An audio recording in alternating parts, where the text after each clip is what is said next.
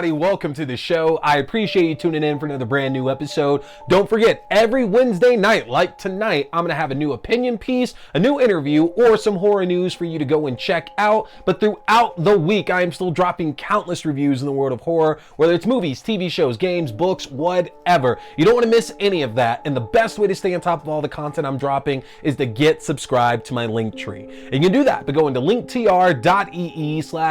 Scary Movie. If you get subscribed to my Linktree, that's going to give you access to the YouTube page for the video versions of the show, your favorite podcasting platforms, the audio-only versions of the show, to my Letterboxd page for written reviews and movie rankings throughout the year, to my TikTok page for my short horror content, including movie news and movie premieres, to my Twitch page for my horror gaming, including Phasmophobia for the PSVR 2, and to my Fangoria shop page where you can enjoy a 20% discount off anything in the Fangoria shop, including a yearly subscription to the physical magazine. Take advantage of that, folks. Hit that subscribe button, as the more followers I get, the more content I can drop for all of you. And don't forget, we have monthly giveaways that we do as well too. This month, folks, I am giving away the novelization of the hit movie X. We just got the third installment in theaters this year. Maxine and author Tim Wagner, who has written popular movie adaptations in the novels before. He's done Resident Evil, he's done Halloween, is back again here with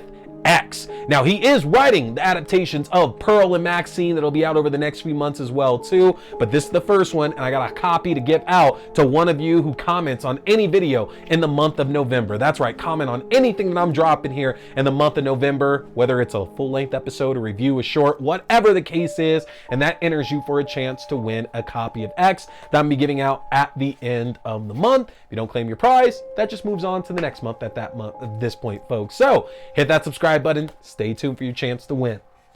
So what are we talking about here tonight? We are in November. We only have a couple months left in the year, and while we're getting close to talking about what the best of the year is, we still have a number of releases between November and December that we got to make sure that we're covering as well too. So I thought I'd take tonight's episode to talk to you about what we still have coming out both at home and in theaters over the next couple of months. This is your holiday horror guide, folks. And first up tonight here, coming out this weekend, November 8th, is the new movie Heretic. If you have not seen the trailer for this focuses on a couple of missionaries for the Church of Jesus Christ of Latter-day Saints who attempt to convert a reclusive Englishman played by Hugh Grant. But as they're invited inside, they find out that this Englishman has far more sinister intentions than converting over to, is that Mormonism? Is that what the Latter-day Saints are? Is Mormonism? I think that's what it is. But there's going to be bigger issues than converting to being a Mormon here in Heretic. Now, folks, the reviews for this film so far have been electric. There have been nothing but great conversations about Hugh Grant in this. One of the topics has been how he's been picking better projects in his older years, where he has much more to do, is getting these juicier roles than what he was playing back in the 90s. And honestly, I'm all here for it. You know, forgetting the personal aspect of Hugh Grant, I think that guy is such an eclectic actor who has a way of either making you smile so much in any movie he's in, or either being the snarmiest, most diluted, conceited piece of crap in the movie you're watching. And both of those have been such a delight to watch that I'm truly looking forward to see him playing somebody who might not necessarily be evil based on what this film seems to be focused around, but somebody who's just very much deep in their beliefs and is misguided in the way that they're carrying those out. Not to be outdone though, Sophie Thatcher, who is in Yellow Jackets, that's returning finally next year, was in one of my favorites from last year as well too, The Boogeyman, a Stephen King adaptation I think is one of the best that we've got in the past couple of decades, is coming in another leading role here too. I'm so excited to see Sophie Thatcher continuing to pop up in this horror space. I'm sure we're gonna get a lot of non-horror related projects coming out in the next few years as well, but she's capitalizing on it while she can, and has put in some great roles in what we've seen her in thus far. I have no doubt that Heretic is gonna bring us the same thing, folks. And this is coming from Scott Beck and Brian Woods. You know those names because they are the guys behind the Quiet Place franchise, behind Haunt, and even behind Boogeyman as well too. Like, there's some common themes here, and I am very much looking forward to this one. Again, Heretic hits theaters November 8th, and if you were lucky enough to go and catch one of the Smell-O-Vision screenings that they did at Alamo Drafthouse recently, let me know in the comment section. I want to know how that was because I've actually heard nothing but good things about it. I always love when Alamo does like those weird fun screenings like that, but I just couldn't make this one. If you got a chance to go see that one, I heard it smelled like blueberries, let me know in the comment section, folks. Moving on, our second entry that's going to be coming to Shudder and AMC Plus is the TV series The Creep Tapes. Folks, if you have not seen this, Patrick Brice and Mark Duplass brought us years back one of the best new serial killer franchises that we have seen in general, folks. There is no, like, I don't need to put anything on that here. They introduced a character who was sympathetic, who was heartfelt, and was downright terrifying, played by an actor who the majority of us know from comedic projects. The guy who was making me laugh for plenty of years slided so well into this performance. I didn't catch these films when they were originally coming out. The original Creep came out back in 2015. Creep 2 came out in 2017. It's been 7 years since Creep 2 came out, but I watched them both within the last couple of years. I don't remember if it was 2 years ago or not. It was either 2 or 3 years ago. I watched them both and was blown away by them, y'all. They absolutely terrified me. And such a big part of that is Mark Duplass's acting and the writing that him and Patrick Brice do to make, we're just going to call him Peach Fuzz because we know he's not using his real name in either one of these. You know, the gimmick here has been that this guy is living out in the middle of nowhere, or is taking the property of somebody that he's murdered out in the middle of nowhere, and he invites people to his house to document him for a number of different ways. You know, in the first movie, it was that he was going to pass away from cancer and was leaving a video for his son to remember him by. In the second film, he was playing this guy that was going to kill himself, but he was being upfront with the person like filming him, letting them know that he is a serial killer. But the whole gimmick with all this is to basically play mind games with his victims until it gets to the point to where he has their trust in one way or another, and that leads to that person's death.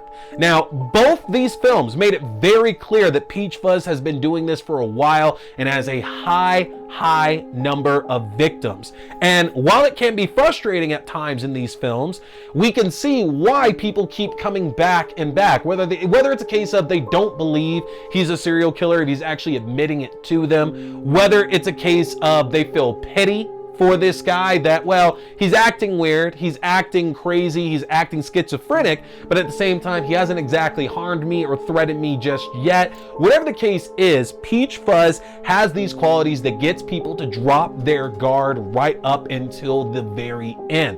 And that's what's so enjoyable about the Creep franchise. Because y'all know I love me some slashers, and I love fictional serial killers because it's interesting to see what they'll do to capture their victims, to get their prey. And Peach Fuzz completely caught me off guard because just the way he's able to cozy up to these victims and get them into these vulnerable spots where he can take advantage, just so icky, so disturbing, and so good. We've been waiting 7 years for a continuation of this, and honestly, chronologically, it doesn't matter where this is actually set, because if you've seen both of these films, the timeline of them doesn't really matter all that much. Like, yes, the beginning of Creep 2 takes a little bit from the original, like from the first film, in terms of who Peach Fuzz is claiming to be at that point. But outside of that, there's not really anything else involved that's all that important to it. And so I don't think it really matters if it's set before the first one and between the first and the second, or even after the second movie. That doesn't matter at all. Watch this series, y'all. It took us 7 years to get a follow-up. There is a clear interest here. I've seen nothing but people talk greatly about their love for this franchise. So support it so we can get another season or perhaps another movie. Creep Tapes, November 15th, Shudder and AMC Plus, y'all. All right, up next, hitting theaters on December 6th is Werewolves. This comes from Stephen Miller, who previously did the remake of Silent Night about the killer Santa Claus going around and murdering a bunch of people there. Fantastic remake for a great franchise. So I'm excited to see what he is doing with this film. But if you haven't caught the trailer for this, Werewolf stars Frank Grillo and focuses on the Earth that is being encumbered by a supermoon that triggers a latent gene in every human on the planet, causing anybody that was exposed to the moonlight to transform into werewolves. Millions are killed overnight, and a year later, the world is preparing for another supermoon. Now, y'all, I love me some werewolf movies, and I talked about it earlier this year when we were reviewing, I want to say it was The Beast Within, another good werewolf film, to where I talked about how werewolf movies typically come in two varieties here.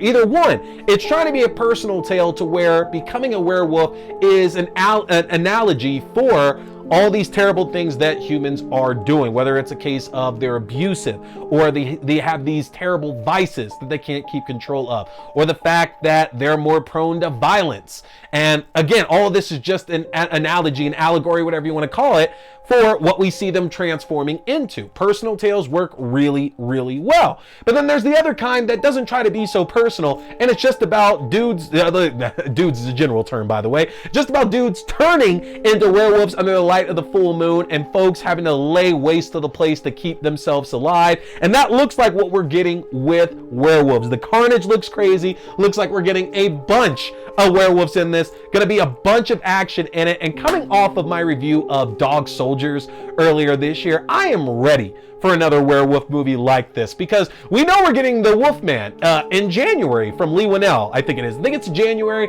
or it might be February, but I'm pretty sure it's January though. We know we're getting that, and that's gonna be like a punch in the stomach, y'all. That is gonna like fuck up some lives watching that movie, no matter how good it is. And I'm basing that off nothing but The Invisible Man, which did the same thing. Lee Winnell, you just have that pipeline to people's like tear ducts, man, and like giving them like the worst case of anxiety in the world. I know you're gonna do that with the Wolfman, but Werewolf looks like a high octane thrill ride. Frank Grillo being in it immediately raises the stakes there, y'all. If you don't like Frank Grillo, he is one of the best ancillary actors out there, whether he's playing a leading role or playing a strong supporting role, or even just a quick cameo. When Frank Grillo shows up, regardless of how the quality of the film is, he very much raises the stock of people around him. I personally believe that.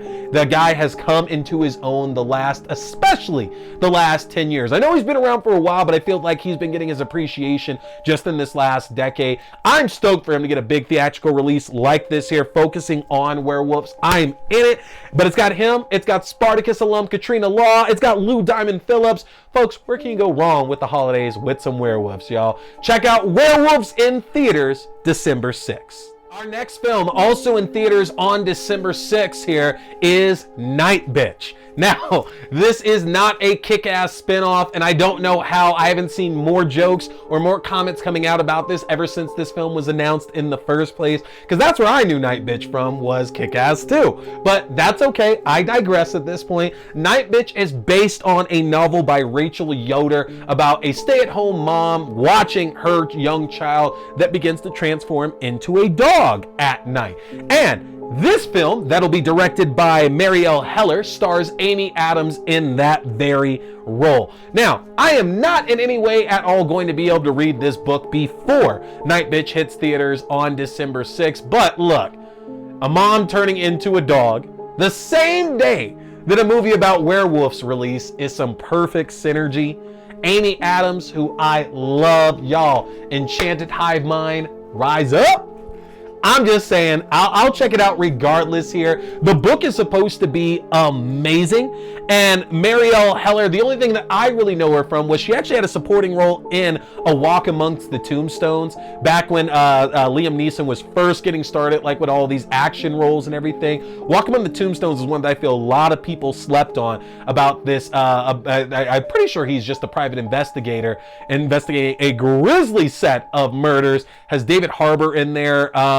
Somebody else is in there as well too. I forget who. That's a great movie, but she plays a supporting role in that. Wrote and directed this film, And again, I just don't know much about the novel to really say like, oh, this is going to be amazing to see. I don't know what kind of dog she transforms into. I don't know if she's fighting crime. I don't know if folks are trying to break into her home. And this is like what would happen to John Wick's dog if it was John Wick's dog at home as opposed to just him. Not sure exactly what's going to go down in this one here. But again, I've been assured some fantastic things from this film. And again, based off the name alone, based on our leading actress, that's more than enough for me to go and check this one out. So, December 6th in theaters, y'all go and check out Nightbitch. And if you've read the book, let me know in the comments section some of the stuff that I can look forward to. I know I can look it up on Wikipedia, but again, chance for you to win a copy of X. Let me know in the comment section on that one, y'all. December 15th, back on Showtime, y'all. We are headed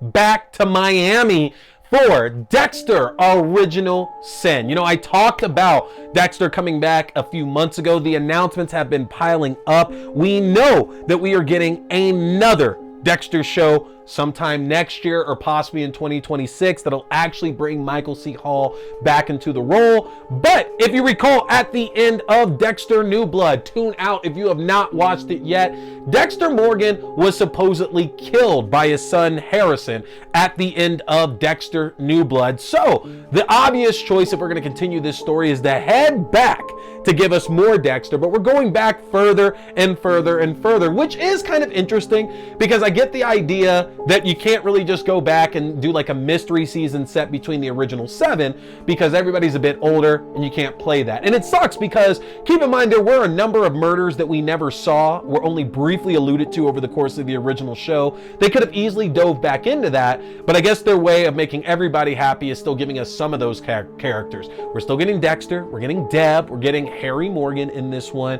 LaGuardia will be there as well too. Vince Masuka is there, along with a bevy of other new characters. And we're focused this time on Dexter as a Miami forensics intern. This is him starting out before he's officially part of Miami Metro. And yo, we're gonna get to see the origins of this, of the code, of Dexter working out like his kill rooms and figuring out how to perfect things himself. Clearly at some point we're going to see the break that happens between him and Harry that kind of drove Harry to kill himself as well too. But it's going to be exciting to see the way that Dexter is able to integrate himself into Miami Metro and start building the cover that he does successfully for so many years. Because while yes, we're going to get some highs in this show, and very clearly some of these new characters are not going to be sticking around and are probably going to get murdered off pretty terribly, I think the obvious question that we have coming in is how many innocent people is Dexter going to end up having to kill? Because one thing that we've seen happen quite a bit between the original show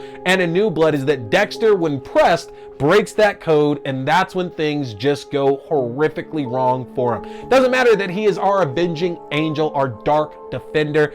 Dexter's big problem is that when he breaks that code, it makes everything so much worse. So I'm excited to see how that will play out over the course of this series.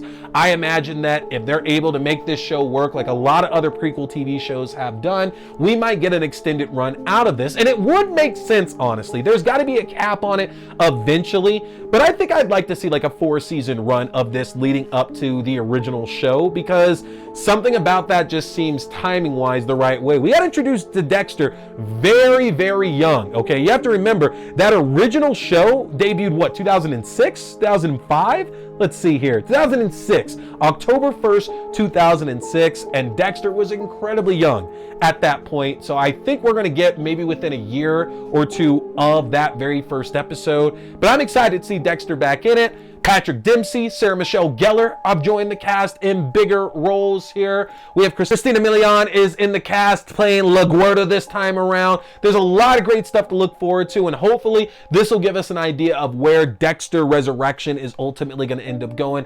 Either way, regardless of where that series goes, Original Sin is looking incredibly strong. I'm excited to keep up with it with all of you. I'm going to begin my weekly coverage there not long after it debuts on December 15th on Showtime, y'all. Finally, our last film that we're going to talk about, coming to theaters December 25th on Christmas Day, no less, is Robert Eggers' remake or new adaptation of Nosferatu. Y'all, this is one of the most anticipated releases of the year. Now, Robert Eggers, who you know from his previous horror works, including The Witch, The Lighthouse, and to a certain extent, The Northman, is back here in writing and directing duties. And if you've never seen Nosferatu before, it's basically the same tale of Dracula, just a little bit more crudely. And for those of y'all who hit me in the comment section, well, it's more, it's more like subjective than that. It's more. And those y'all who have to say, well, it's more than that, tell me in the comment section. I'm curious to hear the way that you would describe Nosferatu. But it's about Count Orlok, this vampire who seeks to buy a new house and ends up coveting the wife of the real estate agent that has come to sell him this house. Can this man save his wife before she becomes victim to one of the deadliest vampires of all time? Now, Nosferatu is a classic, folks. Count Orlok is one of the most terrifying visions of vampires that we have ever received, and thus far all the marketing material here for Nosferatu seems like it's going to be going the same way. Bill Skarsgård is our Count Orlok this time around. We've seen the makeup jobs he's done in other roles, so you can rest assured this will probably send you into nightmarish spasms and fits as well too. Nicholas Hoult, our Lex Luthor, is playing our real estate agent Thomas Hutter this time around, with Lily Rose Depp playing his wife Ellen Hutter, who is the vision of Count Orlok's affections here. There's not much to say about this one here, y'all. I think this is the project that stands the best chance of me enjoying it compared to Eggers' other work. I do not think it's bad for those of y'all who worship the ground that man stands on there. I don't think it's bad at all. The work he's done just hasn't clicked with me that much, and that does include The Witch, unfortunately. I just didn't see the same thing that everybody else was seeing with that. I think with Nosferatu, having prior knowledge of this work, of this story, of this franchise, whatever you want to say with it, is going to help out quite a bit with me getting into it for sure. But at the same time, we'll see if Eggers' touch on this can add a little bit more, because that original, it's still one of the best horror films of all time, however old it is at this point, and the various remakes that we've gotten over the years have also been incredibly strong. Let's see if Eggers' touch can add on to what we've had before. So there you go, folks. On Christmas Day, Nosferatu. That is 6 releases coming out over the next couple of months for you to check out to keep your holiday horror going very strong. So let me know in the comment section what you are most looking forward to for a chance to win the novelization of X that I'll be drawing at the end of November. You don't want to miss out on a chance of that. Comment on any video in the month of November for a chance to be entered to win. But hit that subscribe button, folks. Again, the more followers I get, more content I can put out for all of you. That's it tonight, though. My name is T. We've been talking scary movies. Stay scared. Boy here is a big fan of Fangoria. So, if you want to check out the world's best horror magazine that's out there, get a chance to get yourself your own subscription, which I just got my first one back in 2022, and I don't regret it for a second. But if you want your own Fangoria subscription, or you like the Fangoria merchandise, then head over to the Fangoria shop and use my link if you want to save yourself some money, folks. That's an easy one to remember. Just go to shop.fangoria.com/AXDEW. Again, that's shop.fangoria.com/AXDEW, or use my specific code AXDEW at checkout. You can save 20% off your entire order, and that implies 2 subscription and one-time orders as well. You don't want to miss out, folks, because with the magnitude of horror movies we've had released in the last few years, and with what we have on the horizon, Fangoria is going to be your #1 source for all that great, juicy, bloody information in the world of horror. So again, head to shop.fangoria.com. Hey there, folks! Thanks for tuning in to T Watch This Scary Movie. I appreciate you checking out another review or movie news, whether we're talking movies, TV shows, books, or games, whatever, it's all scary. Remember, you can check out new episodes every Wednesday night at 8:30 p.m. Mountain Standard Time on the YouTube page for video. That's youtube.com/C/Theron Reynolds Scary Movie. Again, youtube.com/C/Theron Reynolds Scary Movie. And you can check out the audio version on all your favorite podcasting platforms. Just search T Watch the Scary Movie or TWASM. Don't forget, my name is T. We've been talking scary movies. Stay scared.